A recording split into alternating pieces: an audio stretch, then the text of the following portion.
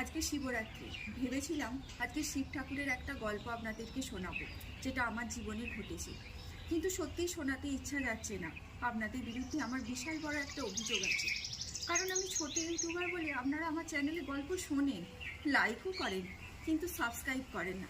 কেন? আমি কোনো বড় ইউটিউবার নই বলে? আমার 1000 জন সাবস্ক্রাইবার তো দূরের কথা, 500 জন সাবস্ক্রাইবারও নেই। আজ 2 বছর ধরে আমি চেষ্টা করছি। সত্যি কথা বলতে, আমি এখানটা থেকে দাঁড়িয়ে আমি নিজের পায়ে কিছু রোজগার করতে চাই, যেটা থেকে আমি অনেক বৃদ্ধাশ্রমে গেছি, দেখেছি বয়স্ক মানুষরা দুটো খেতে চায়, পায় না, তারা খেতে চায়।